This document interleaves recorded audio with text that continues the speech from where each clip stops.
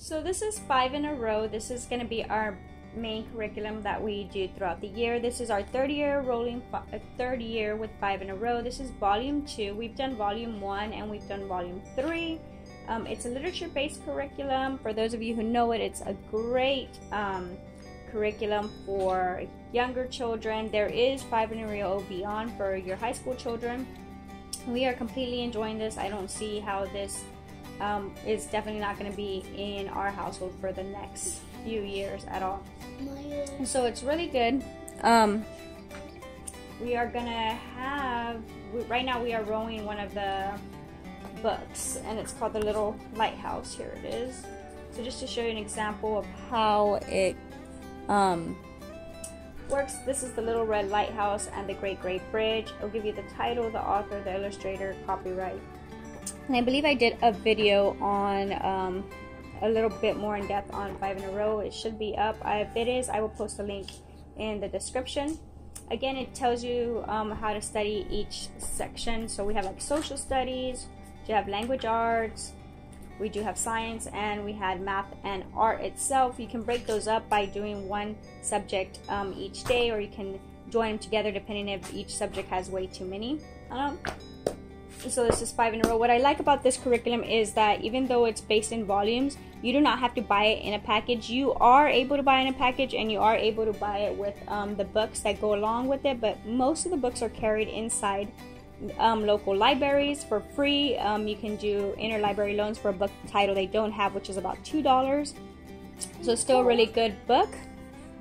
So it's $30, $35 for a manual, and you don't have to order them all at the same time. So I really love this. I've always ordered them just one at a time, and it works so great. So that's going to be our thing for like geography, for history, for everything, that basically all our subjects. That's just with that one curriculum I can do everything. I am doing a little bit of math, applying it, just because in there is applied math, which is great. My kids learn definitely when we go to grocery stores and when we are just like everyday deals going on. So what math we're using is Horizon Math. We use this from K all the way to 3 now. This is going to be my third graders math. The teacher guide, the reason I wanted to show you the teacher guide, I know a lot of people may not or may show you the teacher guide, but I wanted to show you just what it looks like as far as lesson reviews in here, because it actually gives you really good detail on how to teach. Okay, we'll just go to lesson 30 here, but let me make sure you're in frame. There we go. Okay, for lesson 30, it'll tell you the objectives that you're trying to reach on it. It'll give you some tips. It'll tell you materials if you need any. You don't always have to follow the materials, and you can definitely supplement with them. I know like a lot of times like the flashcards I really don't carry on hand just because I don't really like to use flashcards. And so we just do it, or we actually do a morning journal that has math for us. Okay, so so in lesson 30 we're going to administer the test. So just so I can show you lesson 30 real quick so you can see what a little test would look like. Again, these are very colorful, very eye-catching for children. They have little fun characters on them. Okay, we are at lesson 30 here. Okay, so this is lesson 30. This is not a test, so I'm assuming this was the test right now. Test 3, yep, there you go. So there's test 3. So it's not a big, long test. Make sure I'm in frame here, and you can see this. This is going to be test 3 right here, and it's just one simple page.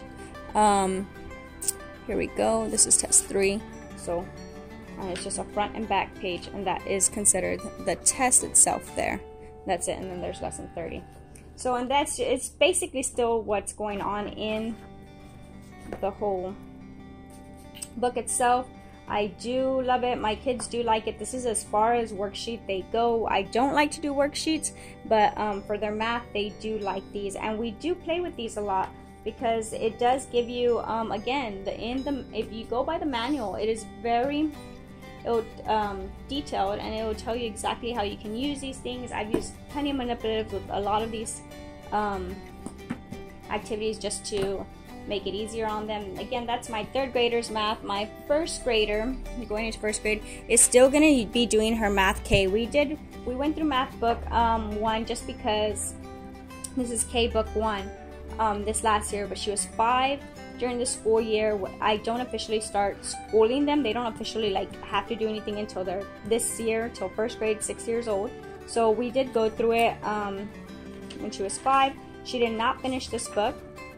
I think she got maybe like halfway. Let's see.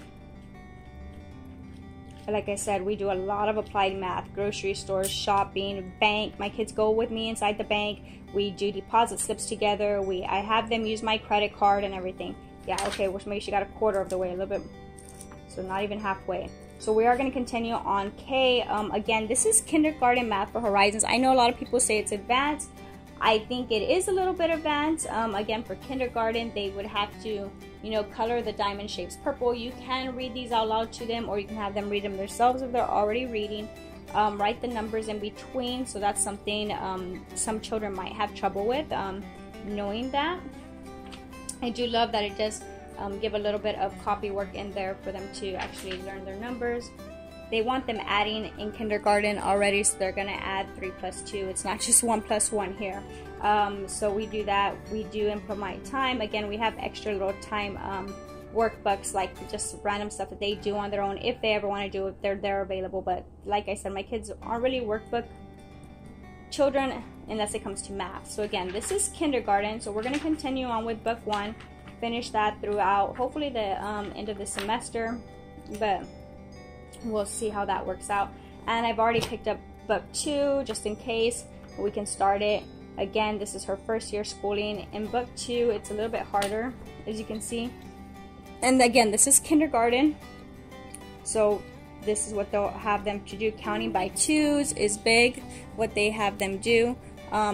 They actually have them, especially in the 1st grade, we have them do a lot of counting. They learn by 2s, by 3s, by 4s, by 5s, by 6, by 7s, and by 9s. So yes, they do a lot of skip counting throughout it. So again, this is kindergarten. They will start subtracting as well in kindergarten. So it is a little bit advanced. We're going to continue with that. But I do have math book 1 for whatever reason that I'm finding that my child is doing really well with it, and she's already knows something. I don't like to keep focusing them on something that they already know, and I move forward with them. Again, these books the same. It will tell you the overview. You'll have your teaching tips, your activities, or what to do, materials you may need. These are not required, and you can definitely supplement, and that is what I do. I definitely supplement a lot with these. So that's going to be our math, and that's Horizons. The next couple of things that I'm going to show you are things that we might not be doing daily, but we are trying to apply them. Okay, so this is an anatomy, just because my kids have been very curious in anatomy itself. So I got this one from a friend, and this book I got it from someone as well. I don't know who I got it from, but the Magic School Bus, and all I did was take it apart so I can put it in here, and I'll basically make copies of this book, so we don't actually write in it. And it's really neat. It has some great little sheets on it. These are going to be like go-to just for us to look through. But the curriculum is actually this one, Human Anatomy for the elementary age children. So it's basically like a Matthew, I think is what I believe. It's going to have a story. You'll read that story out loud to your children, and then you'll have a little activity to do with your children. So here we'll label the eyes. I will more likely do all of that just because it's a little go-to thing. He's bending. So we will have I will probably label these. I'll probably have my kids tell me, my 3rd grader tell me how to do it, and then I might either have him write it and then copy work it I might write it and then have him copy work it on the side for me, and then just have my daughter label it. Again, you'll have little activities. This is something we may do every day, and we may not, just depending on how they work with it and see how they like it. So we're still not sure on that, but we definitely will try that because they have been. So, but our 5 in a row gives us a lot of science, and so I don't really intend to just add something because I already have it available for me. Like I said, 5 in a row is an all-well-round curriculum, and I like it. This is going to be our Exploring Nature with Children. curriculum. We are definitely doing this one. It starts in September just because we did nature study last year, and it was basically us just going out in nature, and this one's going to give us a little bit more to follow on. My printer was acting up, but I do have this saved on my PDF, so it's okay. Okay, so on this one, I love how well it is. It's going to give you like by the month and then the 4 weeks, like what you're going to do in each one, so you kind of have a look on that. But it also, you go up a little, then it'll tell you exactly how to use the nature book. Trying to get you. Okay, but then it's going to give you any equipments that you may need, so supplies you may need, so by each week itself. So week 1, week 2, and it's going to tell you what things you may need. And then once you get past those there, you actually start on your lesson. So week 1 is seeds. Oh, that's in November already. Let me get to past it. Okay, we're still on the list. Hold on. There it is. Okay, week 1. I need to put my label there. I didn't. I put one there, but I need to get one here. Okay, so week 1 is seeds, and it's collecting. And I've already read this week because this is going to start in September, the first week of September. I've read through it. It gives you the activities that you should do. Again, it's very detailed. It'll give you a book list that you can go along with this. So we'll definitely pick up some of those books. And then it gives you a little poem that you can go through throughout the week with your children on it. It gives you a piece of art that you can look up, and you can tells you it's a watercolor and what year and where.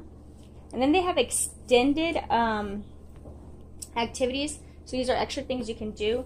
For what I'm doing for my extended activities, I've decided, because I did notice in week 1 there was actually no drawing, but it is seeds. So what I'm going to do is I picked up these sketchbooks, which are going to be their nature journals. And I love that they're spiral bound like this because they can just flip back through them. And so for the seeds, we're definitely going to do the plant system, the cycle. So we'll start seeds, and so I'll draw one, and then I'll have them copy it on here. And then on the back, we may, because this is really good quality, we may just go outside, and then I will have them draw a plant of their choice. Like they'll actually go out there and look at one and draw it.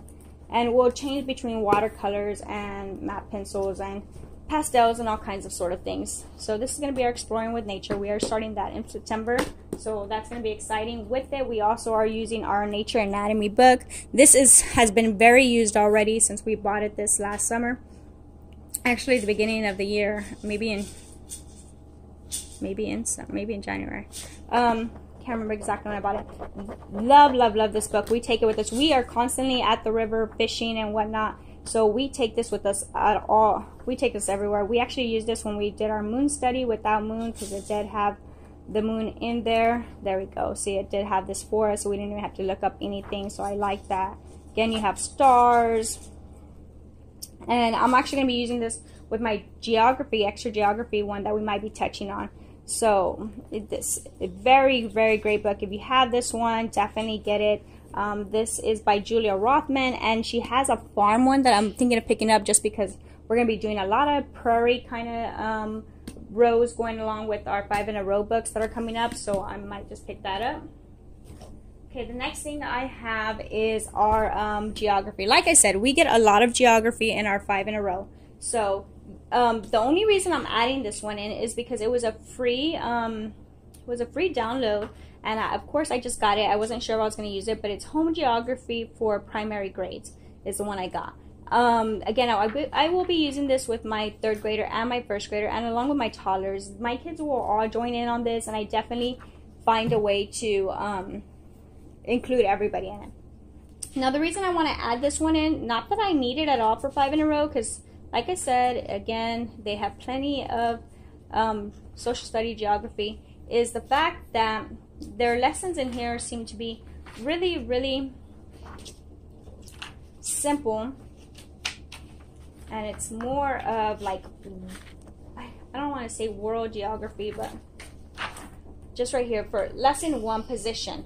So this one is telling them, I've read through this already a few times, is their right hand, their left hand. So learning direction is pretty much, and again, here's how to show how the sun shows direction. And I like that. That's kind of in a way nature-y to us. So I might include this with our nature study and kind of join them together. So I do like this for that reason. So not basically geography in a sense as in like where and things like that, but more of a hands-on geography, I would say. It's a living geography, basically what it is.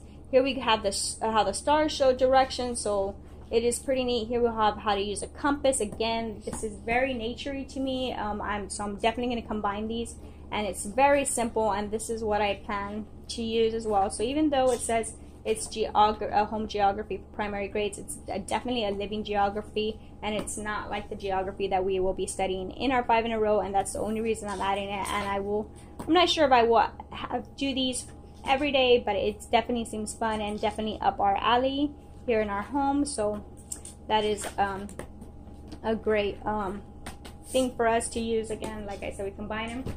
As far as reading here, we have a couple of books that we didn't get through this summer. Well, before I get there, let me just show you these 2 books that I have here. And I got these from a friend, and I didn't know how I was going to use them, but throughout the summer I actually have been using them. And these come alongs. I've been having my son, these are very old, but I have been having my son read these. So whenever he has nothing to do and he doesn't want to read any of the books that we've gotten, he will go through and read these little stories. It's very neat. I do like them. A lot of the kids like them. So there's to come along with that one. And then there is this one here. And out of this one, I will read out loud on them. There's more. He can read them himself. But I love these little stories. They're super cute. They definitely have a vibe to them as far as discipline and attitude and just friendship in general and being a very decent human being. So these are great little stories. Okay, so we didn't get to the borrowers like I wanted to during the summer, so we definitely are going to try to jump into that one. Again, we have On the Banks of Plum Creek. This is another read that we're going to try to get to. For those of you who follow me know that we do the 5 in a row, I mean not the 5 in a row, I'm sorry, we do the Boxcar Children. We do the Boxcar Children series as our read out loud for bedtime. We are waiting on ours. We are doing the Mystery of the Lighthouse, which was awesome, is why we actually started with the Lighthouse 5 in a row book. So we're waiting on that to come in from the library. This is another book of mine that I love. I can tell you how much I love. The Children's Book of Virtue by William J. Bennett. Now, if you have this book, awesome. If you don't, I recommend you get it. I will try to leave a link down on Amazon. I did not get this on Amazon, though. I did get this from, I believe my mother-in-law is the one who gave me this one. My children love it, and I love it. I love what it entitles to children. Again, this is all raising your children with different attitudes in life. So we'll have courage and preservation of stories there, responsibilities, work, self-discipline, compassion, faith, honesty, loyalty, and friendship. And it's very well illustrated. I like the illustrations. They seem a little bit surreal compared to cartoonish. I do like that better. I love the little colors in it. So again, this is a great book to pick up. We use that during tea time every once in a while, or just to read out loud if the kids don't want to read into, they don't feel like reading into this one. We'll definitely pick that one up and we'll read through that. The few things that I did not mention, or a few things that you might not see here and you might be wondering how I am implying those things, is the writing. So my third grade, I will have a third grader. So for writing, what I basically do, this is our story that we are doing this week with our 5 in a row curriculum, which is in here. With our 5 in a row, it's going to be in volume 2. So what I do for copy work is I basically come in to our story and I will pick a page or pick a few sentences from a page, and I will have him, I will either tell him in his composition book, he will go to it and I will say, we're going to be reading, we're going to need you to copy work these 2 sentences, and he will copy work them. I may write them down for him and then he can copy work them through that, but majority of the time I basically give him a page number, he goes to it and he copy works the story. Thank you, buddy. So we definitely do that. The only other thing, so that's our copy work, and that's as far as we go for copy work. We use it for spelling as well. I will take a passage, and then that one I will write down on our whiteboard, which is up there. And I will write that one on our whiteboard and then have him spell have him read it and tell me which words he may know through it.